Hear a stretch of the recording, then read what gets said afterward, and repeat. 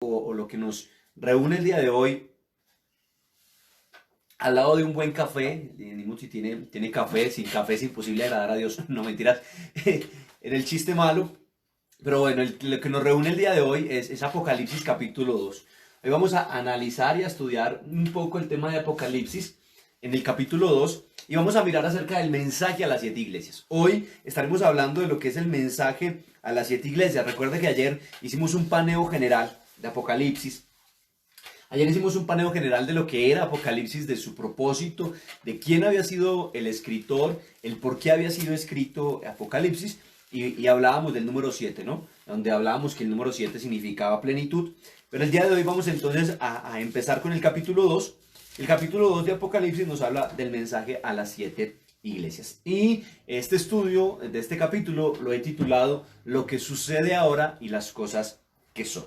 Lo que sucede ahora y las cosas que son, que es el mensaje a las 7 iglesias. Entonces, abra su Biblia, ahí en Apocalipsis, capítulo 2, versículo 1 en adelante. Y dice, y lo leemos la palabra en el nombre del Padre, del Hijo y con la unción del Espíritu Santo.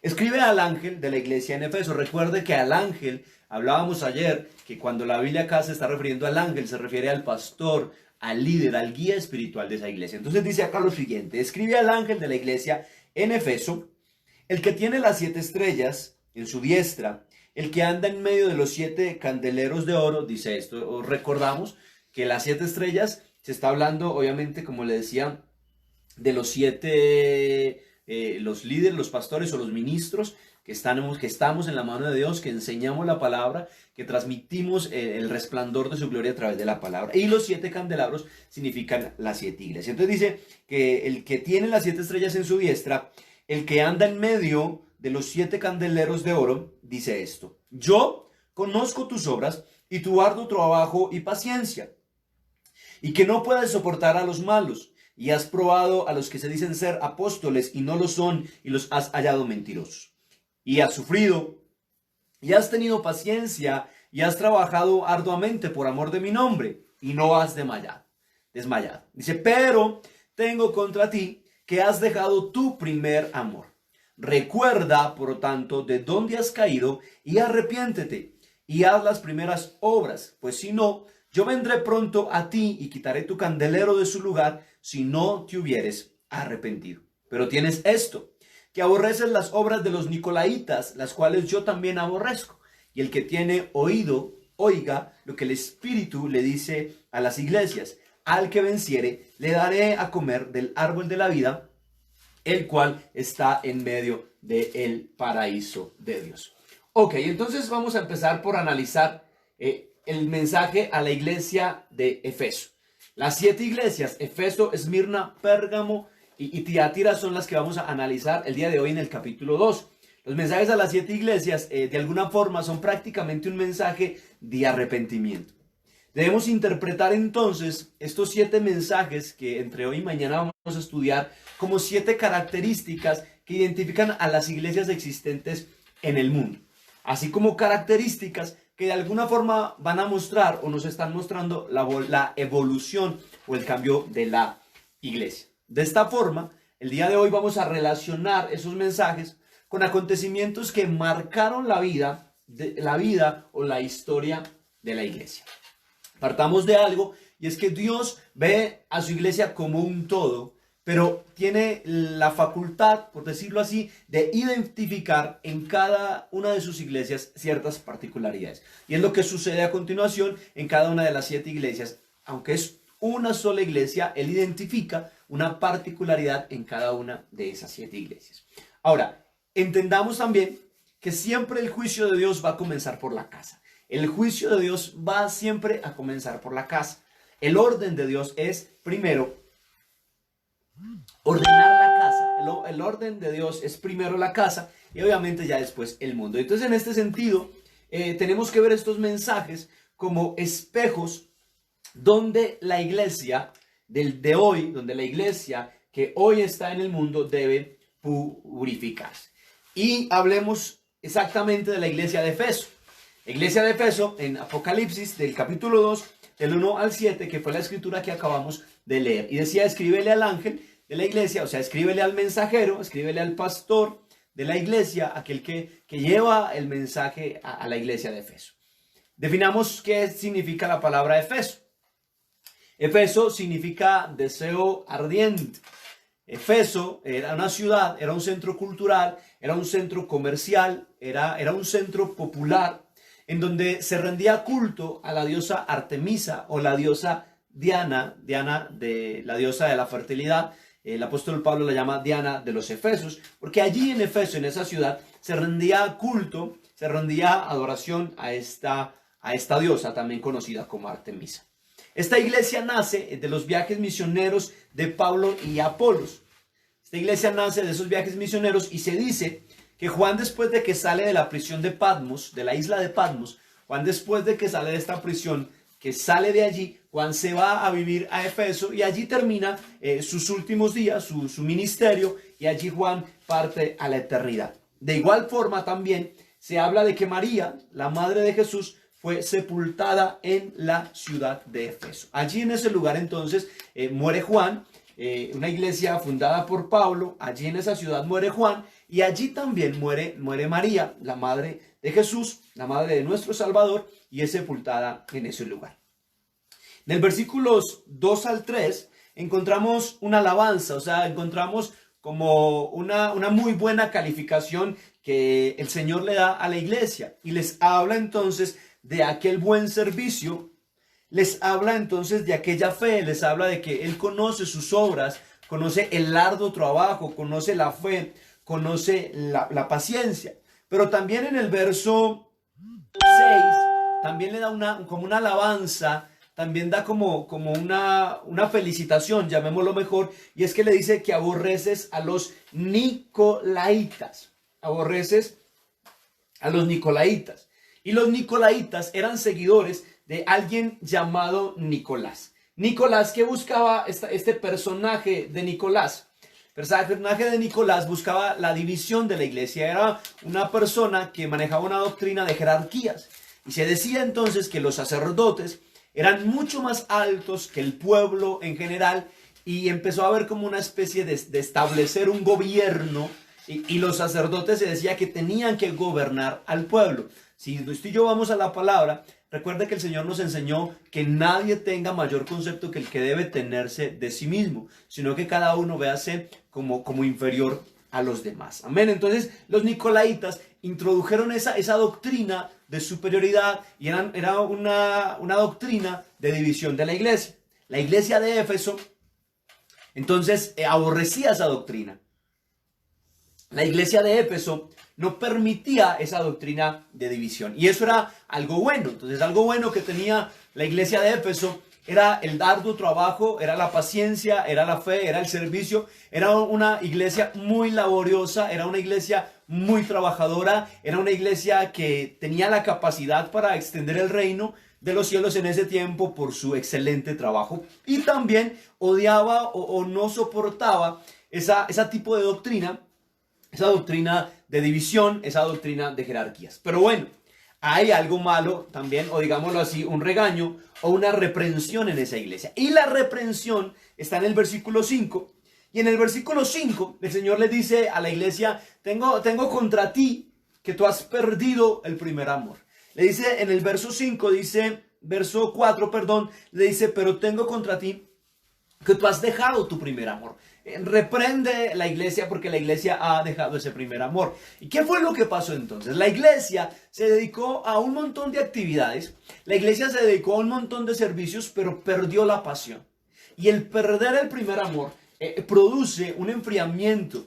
Y la iglesia entonces se limitó a mantener discusiones doctrinales, discusiones puramente intelectuales que de alguna forma comenzaron a apartar a los miembros del crecimiento espiritual. La iglesia se dedicó a un montón de cuestiones teóricas y olvidó la pasión del Espíritu Santo, olvidó el fuego del Espíritu Santo, la iglesia del Señor, la iglesia de Éfeso en ese tiempo, y perdió aquel primer amor, aquel fuego ardiente, aquella pasión que los había hecho creer en un principio. Y ahí es cuando el Señor llega y reprende a la iglesia de Éfeso, dice, porque has perdido el primer amor. Y en el verso 5, nos habla de un mandamiento. Entonces encontramos una alabanza, o sea, una felicitación, encontramos una reprensión, un regaño, y hoy encontramos un mandamiento.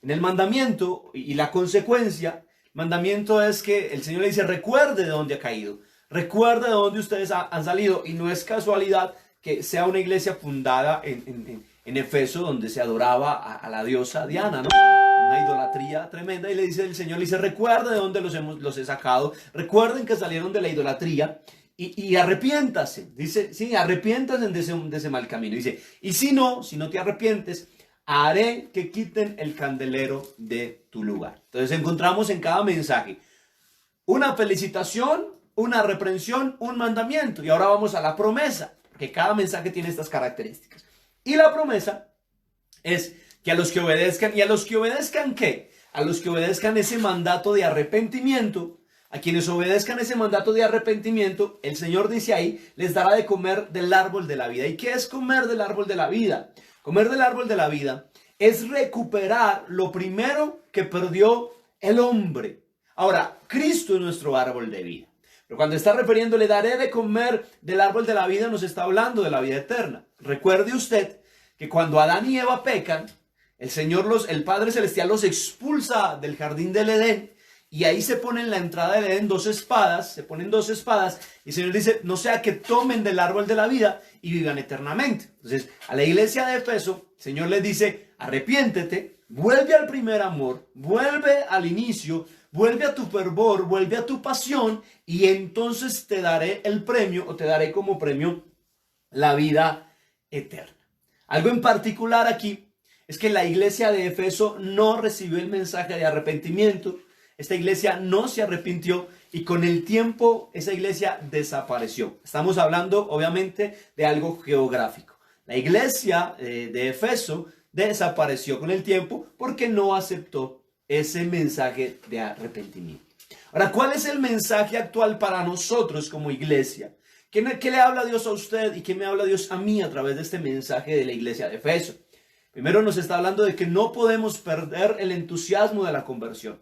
No podemos permitir que nosotros desaparezca ese amor fraternal.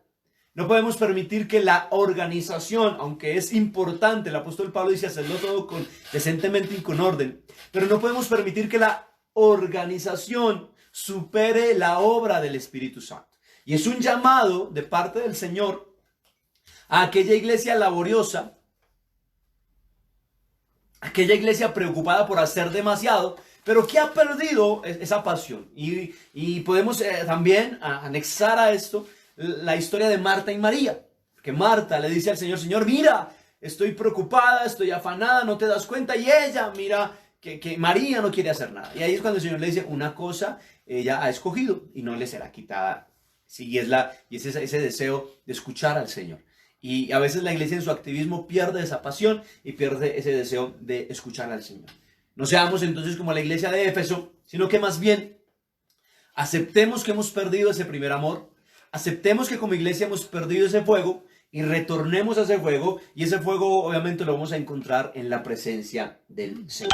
Ok, vamos a continuar entonces con la segunda iglesia. Vamos a ver, y es la iglesia de Esmirna. Vamos a leer la Biblia. Ahí en Apocalipsis 2, capítulo 8 al 11, dice, y escríbele al ángel, al pastor, al ministro, de la iglesia en Esmirna. ¿Quién escribe? El primero y el postrero, el que estuvo muerte y vivió, dice esto, yo conozco tus obras y tu tribulación y tu pobreza, pero tú eres rico. Y la blasfemia de los que se dicen ser judíos y no lo son, sino sinagoga de Satanás. Dice, no temas en nada lo que vas a padecer. He aquí, el diablo echará a algunos de vosotros en la cárcel para que seáis probados. Y tendréis tribulación por 10 días. Sé fiel hasta la muerte y yo te daré la corona de la vida. El que tiene oído, oiga lo que el Espíritu dice a las iglesias. Y el que venciere no sufrirá daño en la segunda muerte. Ok, definamos entonces Esmirna. Esmirna, el significado de Esmirna es mirra, ungüento o amargura. La ciudad de Esmirna, una hermosa ciudad ubicada en Asia Menor y aún existe, es una ciudad que aún existe, pero ya no se le conoce como Esmirna, sino que se le conoce en el idioma turco como Izmir, que está ubicada entre Éfeso y Pérgamo. Es una ciudad que aún existe y se le conoce como la ciudad de Izmir, ubicada entre Éfeso y Pérgamo. Ahora, ahí encontramos lo que hablaba el día de ayer, de que vamos a encontrar del maestro características de juez, que en el Apocalipsis Jesús se nos va a presentar ya con características de juez. Y la característica de juez que nos muestra acá es que dice el primero, mire que dice el versículo 1, perdón, dice el primero y el postrero, el que estuvo muerto y vivió, dice esto. Entonces nos habla de que como juez él tiene el control de la vida y de la muerte. Por tal motivo, como juez, él puede decidir si tú vives o mueres. Él puede decidir si yo vivo o muero. Entonces encontramos en este mensaje también la característica de la felicitación o la alabanza. Y nos habla de la fidelidad que esta iglesia ha enfrentado en la persecución, de que es una iglesia fiel, que aunque es una iglesia pobre en los bienes personales, es una iglesia rica espiritualmente. Y obviamente es pobre en bienes personales porque por tanta persecución esta iglesia tenía que salir corriendo y no podía poseer bienes materiales al estar como nómadas, llamémoslo así, escondiéndose y corriendo. Ahora, les habla entonces de la persecución. El versículo 9 nos menciona ciertas personas y el versículo 9 nos menciona a unos que dicen ser judíos, pero que no son y son sinagogas de Satanás. ¿Qué es ser una sinagoga de Satanás? ¿Cómo poder identificar hoy en día a una sinagoga de Satanás? Una sinagoga de Satanás es aquel hombre o aquella mujer o aquella persona que está alejado de la verdad y se ha vuelto insensible. Es aquella persona alejada de la verdad de Cristo, alejada de la verdad de la palabra y se ha vuelto insensible. Es ese tipo de persona burlador, es ese tipo de persona murmurador, es ese tipo de persona señalador. Para el Señor, ese tipo de personas burladores, ese tipo, por ejemplo, que andan por ahí en este tiempo hablando que de dónde están los pastores, el Señor los nombra y dice que son como sinagogas de Satanás. Estos que estaban acá se burlaban de la iglesia. Estos que estaban acá se burlaban porque era una iglesia pobre y tal vez les decían, bueno, y no era que su Dios los prosperaba, no era que su Dios los bendecía. Ese tipo de personas alejados de la verdad, insensibles, Dios los nombra o los llama como una sinagoga de Satanás, que de alguna forma también existen en este tiempo. Ahora, vamos a encontrar ahí algo importante y es que habla de un periodo de persecución.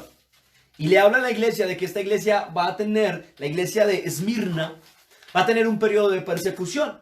Y en ese periodo de persecución ya sucedió y sucedió bajo 10 emperadores romanos, que iniciaron desde Nerón hasta Diocleciano, concluyendo entonces con Constantino en el 313 después de Cristo. Una persecución bajo 10 emperadores, escuche bien lo que estamos aprendiendo hoy, de 10 emperadores romanos que iniciaron desde Nerón hasta Diocleciano y concluyó con Constantino en el año 313 después de Cristo.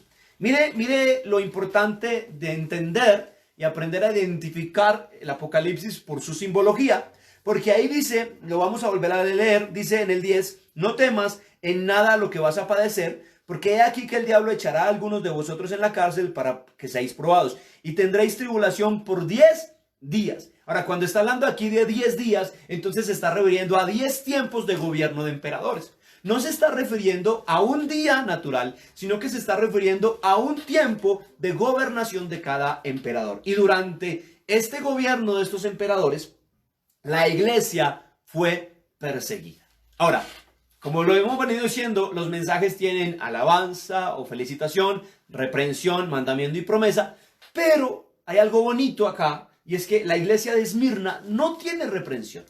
La iglesia de Esmirna, no hay una reprensión para la iglesia de Esmirna. La iglesia de Esmirna, por el contrario, es una iglesia que abunda en felicitación, porque ante tanta persecución, ante tanto proceso que la iglesia de Esmirna viene atravesando, la iglesia de Esmirna se mantiene fiel. Ante tanto proceso, la iglesia sigue perseverando en esa fidelidad y no tiene reprensión. El Señor no le encuentra, llamémoslo así, algo, no le encuentra un mosco en la leche, llamémoslo así coloquialmente, para reprender la iglesia, sino que por el contrario la felicita. Si encontramos promesa, encontramos felicitación, encontramos promesa, y la promesa que el Señor les da es que el que mantenga firme, el que sea fiel hasta la muerte, dice, yo le daré la corona de vida y no va a sufrir daño en la segunda muerte. Ahora, ¿cuál es la corona de vida? Más adelante vamos a estar estudiando y vamos a entender que hay varias coronas que el Señor nos va a entregar cuando estemos en su reino, cuando vayamos en el rapto y el tema del tiempo final, que poco a poco lo iremos aprendiendo a través de estos estudios. La corona de vida es aquella corona que se le va a entregar o que el Señor le va a entregar a aquellas personas creyentes que perseveraron en medio de grandes persecuciones. Aquellos creyentes se les va a entregar la corona de vida, a aquellos creyentes que estuvieron dispuestos a dar su propia vida por el Evangelio. Aquellos creyentes que conocemos como los mártires del Evangelio y que están dispuestos, que estuvieron dispuestos y que seguirán dispuestos a morir por el Evangelio y sufren cantidad de persecuciones, es a ellos a quienes se les va a entregar esa corona de vida. Aquellos que perseveran en la fe bajo la persecución, así como lo hizo la iglesia de Esmirna. La segunda muerte, nos está hablando de una segunda muerte, y la segunda muerte es un sinónimo del lago de fuego. Es una muerte en el sentido de que tendrá la persona, obviamente, el castigo será una separación eterna de Dios, quien es el dador de la vida. Y le dice a la iglesia, si tú sigues, voy a darte la de eso, no vas a tener parte, o sea, no vas a tener nada que ver en la segunda muerte. No vas a tener nada que ver en la segunda muerte. Y se le llama una muerte segunda o segunda muerte porque ya es una muerte espiritual y ocurre después, lógicamente, de la primera muerte, que es la muerte física. El mensaje actual para usted y para mí, ¿cuál es? ¿Cuál es el mensaje actual para usted y para mí? En el mundo siguen habiendo persecuciones. En el mundo, en China, en Asia, siguen habiendo persecuciones. La iglesia del Señor sigue siendo perseguida. Unos son perseguidos para ser asesinados, pero otros son perseguidos por ideologías de género, por ideologías acerca de la vida y de cómo tener control de la vida, para este tema, por ejemplo, del aborto, ideologías feministas. La iglesia sigue siendo perseguida de diferentes formas y de diferentes maneras. Algunos son perseguidos con su vida. Otros somos perseguidos con nuestros conceptos. Se nos llama retrógradas, se nos llama, no sé, anticuados. Se nos llama que no queremos dejar que el mundo avance y seguimos siendo perseguidos. Pero el Señor nos llama entonces a una fidelidad. El Señor lo llama a usted, el Señor me llama a mí a una fidelidad. A pesar de la persecución que podamos tener, ya sea una persecución ideológica que usted y yo podamos estar enfrentando, o sea una persecución física, el Señor nos está llamando a través del mensaje a la iglesia, de la iglesia de Esmirna, nos está llamando a una fidelidad, a mantenernos firmes y a mantener nuestra fe. Amén. Creo que hasta ahí voy siendo claro. Vuelvo y te digo, si no soy muy claro, pues puedes preguntarnos, puedes escribirnos ahí por el interno o en el comentario como quieras. Y igual si tienes algún aporte también lo podemos compartir. Continuemos entonces. Pasemos a la iglesia de Pérgamo. Y la iglesia de Pérgamo la vamos a estudiar en el mismo capítulo 2, pero en el versículo 12. Dice, y escribe al ángel de la iglesia en Pérgamo, el que tiene la espada aguda de 2 filos, dice esto. Yo conozco tus obras. Dice, yo conozco tus obras y dónde moras, donde está el trono de Satanás. Pero retienes mi nombre y no has negado mi fe, ni aun en los días en que Antipas, mi testigo fiel, fue muerto entre vosotros, donde mora Satanás. Pero tengo, ya viene la reprensión, unas pocas cosas contra ti, que tienes ahí a los que retienen la doctrina de Balaam, que enseñaba a Balac a poner tropiezo ante los hijos de Israel, a comer de cosas sacrificadas a los ídolos y a cometer fornicación. Y también tienes a los que retienen la doctrina de los nicolaitas, la que yo aborrezco. Por tanto, arrepiéntete, pues si no vendré a ti pronto y pelearé contra ellos con la espada de mi boca. Y el que tiene oído, oiga lo que el Espíritu dice a las iglesias. Y al que venciere, daré a comer del maná escondido y le daré una piedrecita blanca. Y en la piedrecita escrito un nuevo nombre, el cual ninguno conoce sino aquel que lo recibe. Ok, identifiquemos Pérgamo. ¿Qué significa Pérgamo? Significado de Pérgamo es compromiso matrimonial. Pérgamo es una ciudad ubicada a 12 kilómetros aproximadamente de Esmirna y actualmente es un pobre poblado de griegos y turcos. Su culto principal, la adoración principal era a Esculapio. Esculapio era conocido como el dios de la medicina y era representado por una persona con una serpiente enrollada. Esta gente de Pérgamo, quien vivía en Pérgamo, adoraban a la serpiente, a cuya serpiente le atribuían poderes curativos. Ahí entonces encontramos las características de juez. Encontramos la característica de juez porque habla del que tiene la espada de 2 filos. Y cuando se habla de espada, se está refiriendo a castigo, a la reprensión a aquel que hace las cosas malas. Vamos a hablar de la alabanza. Vamos de la felicitación. Y la felicitación es que el Señor le dice, mantienes la fe y tú has sido fiel a pesar del lugar donde estás. A pesar del lugar tan difícil, donde mora Satanás, donde es fuerte el proceso de idolatría. Recuerda que adoraban la serpiente y la Biblia asemeja a Satanás como la serpiente antigua. Dice, a pesar de que adoran literalmente a Satanás, ahí iglesia de Pérgamo, estamos hablando de la iglesia de Pérgamo, ahí iglesia de Pérgamo, mantienes la fe, ahí te sostienes. Ahí estás siendo fiel, a pesar de que también has visto cómo a unos han sido asesinados, a pesar de que has visto mártires. Habla de Antipas, quien fue asesinado en la plaza pública en ese lugar. Entonces, habla de esa felicitación. Ahora nos vamos a la reprensión. Y la reprensión también sí está un poquito delicada, porque en la reprensión le dice que soporta la doctrina de los nicolaitas. Esa doctrina, como le dije al principio, que los de la iglesia de Éfeso, no la soportaba. Esta iglesia, la iglesia de Pérgamo, sí la aceptaba. Y era una doctrina, eran seguidores entonces de alguien llamado Nicolás, y era una doctrina que enseñaba o que dividía la iglesia por jerarquías. Y enseñaba que los sacerdotes tenían que estar mucho más arriba que el pueblo en general y que tenían que rendirle, entre comillas, pleitesía a los sacerdotes. Que tenía que rendírsele pleitesía a los sacerdotes. Esta doctrina nicolaíta. El hombre común, no podía tener la capacidad de conocer el mensaje de Dios, sino que era solo reservado para los sacerdotes. No sé si se le asemeja a situaciones que vinieron de la tradición más adelante. Ahora, también esta iglesia de Pérgamo es una iglesia que tolera la doctrina de Balaán. ¿Y cuál es la doctrina de Balaán? Recuerde, en la antigüedad, que en la doctrina de Balaán, el profeta que se corrompe, que va a maldecir, entre comillas, al pueblo de Israel por dinero, esa doctrina, Balaán le enseña a Balac cómo dañar al pueblo, y le habla de mezclas, le habla de el yugo desigual, le habla de hacer fornicar al pueblo de Israel.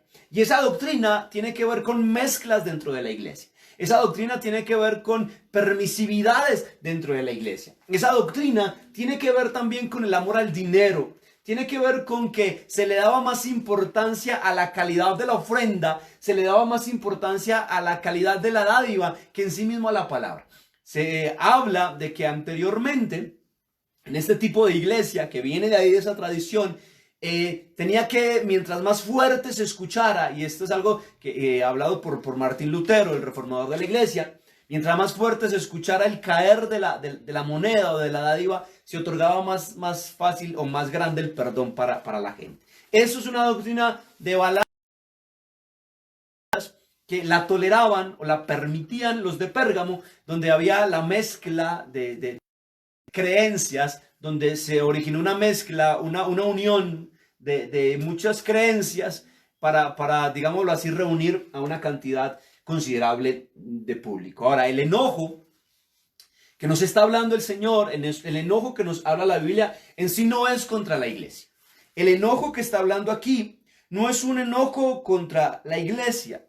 Es un enojo contra aquellas personas que enseñan una doctrina errónea, contra aquellas personas que llevan un mensaje por interés, contra aquellas personas que predican una palabra por economía, contra aquellas personas que permiten mezclas dentro de la iglesia. En sí ese es el enojo, porque mire que dice, por tanto, le dice a la iglesia, arrepiéntete, pues si no voy a venir pronto y pelearé contra ellos. ¿Contra quiénes? Contra quienes enseñan una mala doctrina, contra quienes permiten mezclas de idolatría, mezclas paganas dentro de la iglesia, contra quienes predican el evangelio o predicaban por la dádiva, por la economía. Ahí es cuando dice, hay enojo y voy a ir contra ellos con la espada de mi boca.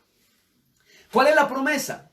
La promesa que le habla a la iglesia de Pérgamo, le dice, daré a comer del maná escondido y te daré una piedrecita blanca. Hablamos del maná, el maná como el pan del cuando los israelitas están viajando por el desierto, el Señor los sustenta con el maná, un pan, una especie de pan o de hojuela, sí, llamémoslo así, era una especie de hojuela que caía del cielo y que el israelita debía recoger. Aquí el Señor dice, entonces te daré a comer de ese maná escondido, y ese maná escondido es la comunión directa con el Señor. La comunión directa que usted y yo vamos a tener con Dios en el momento del rapto, en el momento que Él venga por nosotros. Es ese maná del cielo, ese pan del cielo. Y la piedrecita blanca, anteriormente se le entregaba a una persona una piedrita negra, se le negaba el acceso a cierto lugar, y si se le entregaba la piedrita blanca, se le estaba aceptando el ingreso. Y cuando hablamos acá de piedrecita blanca, es que lo que el Señor está diciendo, te daré la admisión o te daré la entrada al reino de los cielos. Y no solo te daré la entrada al reino de los cielos, sino que en esa admisión, en esa entrada, tendrás un nuevo nombre. Recuerde que el Señor tenía una hermosa costumbre y es de cambiar los nombres. Ahora, ¿por qué cambiar los nombres? Para el pueblo judío, el nombre era muy importante o es muy importante porque los nombres representaban características de la persona o representan características de la persona. Y el judío era muy cuidadoso a la hora de poner estos nombres. Entonces, si vamos a la Biblia, cuando Dios llama a Abraham, ya dice, ya no será tu nombre Abraham, sino que será tu nombre Abraham.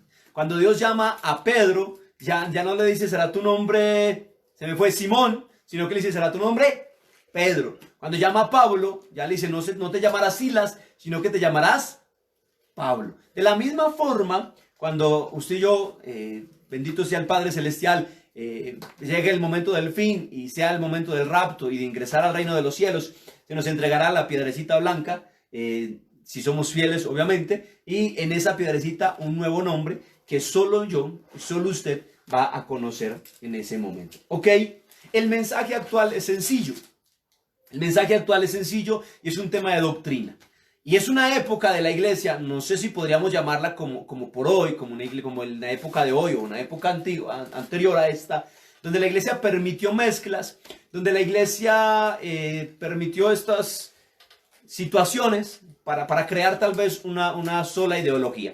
Las personas que se congregan en la iglesia, quiero que recuerden cuando les enseñaba acerca de la Navidad, el origen de la Navidad, donde nace, nace en Constantino. Sí, recuerda que él entonces con la idea de poder gobernar, entonces mezcla un poquito de la religión judía, un poquito de los griegos y un poquito de los egipcios, sí, entonces forma lo que hoy conocemos como la tradición general. Nace de ahí esa tradición. Entonces viene esta iglesia y el mensaje es eso. No podemos estar en mezclas. Tenemos que velar por la sana doctrina de la palabra. Tenemos que preocuparnos por enseñar un buen mensaje. Pero también es un llamado a no poder estar llevando un mensaje por economía.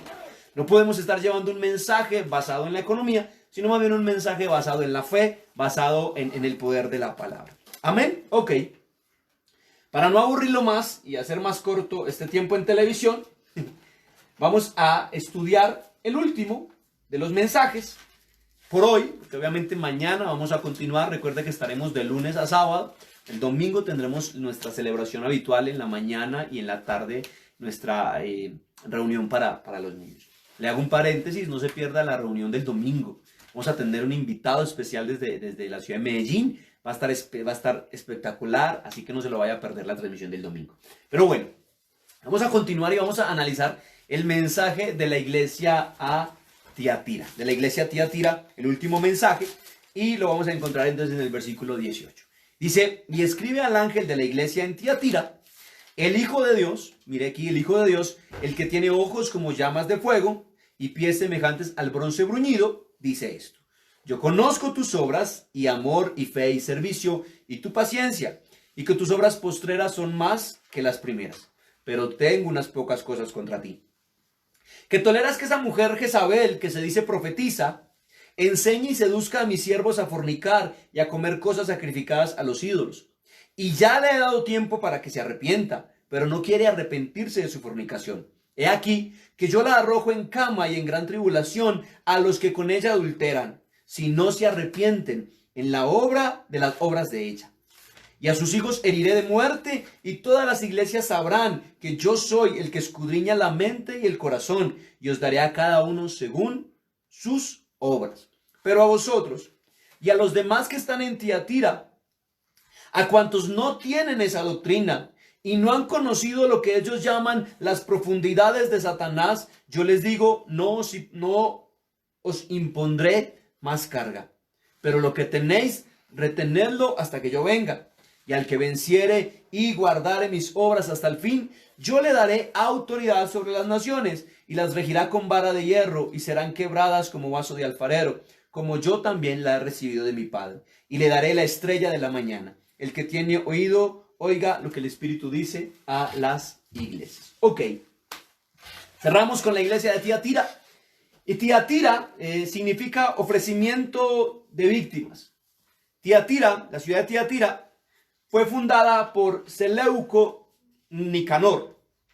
Seleuco Nicanor fue uno de los cuatro. Un segundo acá. Seleuco Nicanor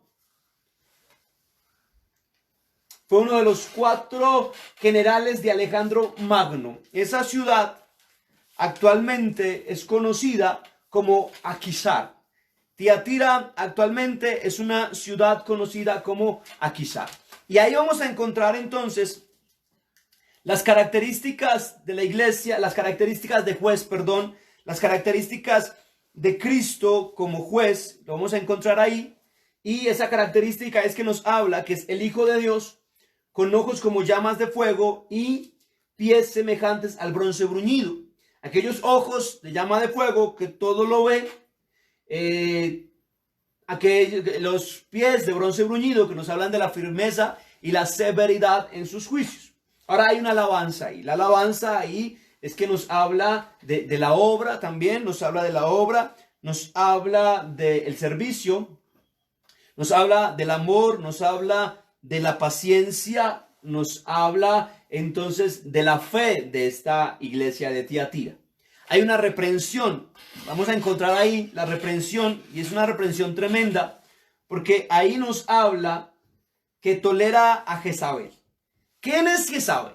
¿De dónde viene Jezabel? Recuerda que Jezabel fue la esposa de Acab, quien lo manipulaba y un montón de situaciones. Pero lo que me quiero centrar, o lo que quiero aprender con usted el día de hoy, es el espíritu de Jezabel. ¿Y cómo se manifiesta el espíritu de Jezabel dentro de la iglesia? El espíritu de Jezabel dentro de la iglesia se manifiesta como un espíritu de dominación, se manifiesta como un espíritu de gobierno sobre aquella autoridad que ha sido impuesta por Dios, se manifiesta con manipulación, es un espíritu que se manifiesta con desobediencia. Este espíritu, el espíritu de Jezabel, no solo opera en las mujeres, sino que este espíritu también se le ve operando en hombres. Es un espíritu desobediente a la autoridad interpuesta por Dios, es un espíritu manipulador, es un espíritu que quiere dominar. Y ahí es cuando el Señor entonces se levanta y le dice a la iglesia de Tiatira, Tú toleras ese espíritu, tú toleras a esa profetisa que hace fornicar a mi pueblo, tú toleras a esa profetisa que seduce a mi pueblo, tú toleras a esa profetisa que no se sujeta y que no obedece, sino que manipula. Esa es la reprensión. Ahora, el mandamiento que encontramos ahí es que se le pide a la iglesia, le dice a la iglesia que se mantenga firme en la enseñanza de la palabra, que retenga lo que tiene, que retenga aquella enseñanza apostólica, aquella enseñanza dada por los apóstoles, que para ellos es suficiente y que para nosotros también es suficiente. Le dice a esa iglesia que no sigue esa doctrina, que no está con esa doctrina que se llama las profundidades de Satanás. Ahora, ¿a qué se refiere entonces esa situación? ¿A qué se refiere, perdón, la promesa? Sí, discúlpeme, la promesa de que se regirá, de que gobernará, el que fuere fiel, gobernará las naciones. Se refiere a que durante el reino milenario de Cristo, Cristo hará cumplir su voluntad y protegerá a sus ovejas, nos protegerá a nosotros con ese cetro de hierro de cualquiera que pretenda hacerles daño. Respecto a lo que ahí habla la Biblia de la estrella de la mañana, recordemos que Juan se refiere más adelante a Cristo como esa estrella resplandeciente de la mañana. Recordemos entonces que se nos dará a Cristo directamente como esa estrella resplandeciente de la mañana, aquel lucero que ya brilla en nuestros corazones. Un día usted y yo tendremos su plenitud gloriosa. Un día usted y yo tendremos la plenitud de Cristo mismo.